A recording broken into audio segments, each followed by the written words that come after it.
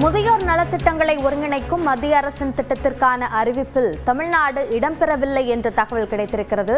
இது தொடர்பான கூடுதல் விவரங்களை நம்முடைய டெல்லி செய்தியாளர் சுசித்ராவிடம் கேட்கலாம். சுசித்ரா, இது என்ன திட்டம்? இதில் ஏன் தமிழ்நாடு இடம்பெறவில்லை?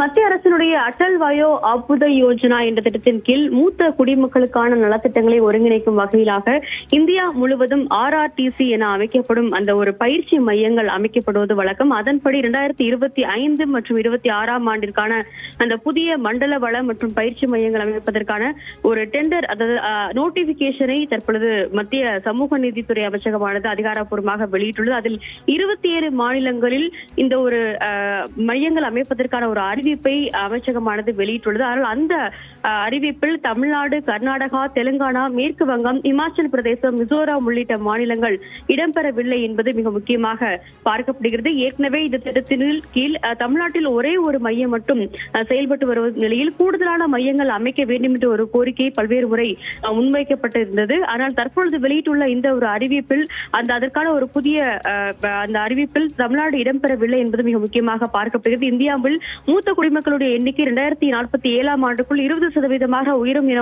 மத்திய அரசு கணிக்கப்பட்டுள்ளதை அடுத்து அதன் அடிப்படையில் இந்த ஒரு அறிவிப்பை மத்திய அரசாங்கம் அதிகாரப்பூர்வமாக வெளியிட்டுள்ளது. தேசிய பாதுகாப்பு நிறுவனம் மூலமாக ஒருங்கிணைந்து பல்வேறு விழிப்புணர்வு நிகழ்ச்சிகள் நடத்தல், மூத்த உரிமைகளுக்கான நலத்திட்டங்களை கண்காணிப்பது, மாநில நடவடிக்கைகளை திட்டங்களை தயாரிக்க உதவுதல் உள்ளிட்ட பல்வேறு நடவடிக்கைகளுக்காக இந்த ஒரு RRTC மையங்கள் என்பது அமைக்கப்பட்டு வருவது மிக முக்கியமாக பார்க்கப்படுகிறது.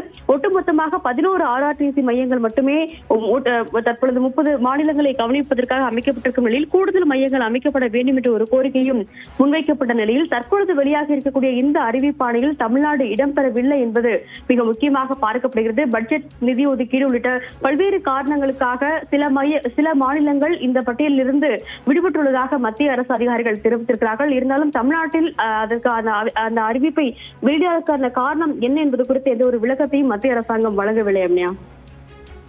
விரிவான விவரங்களுக்கு நன்றி சுசித்ரா.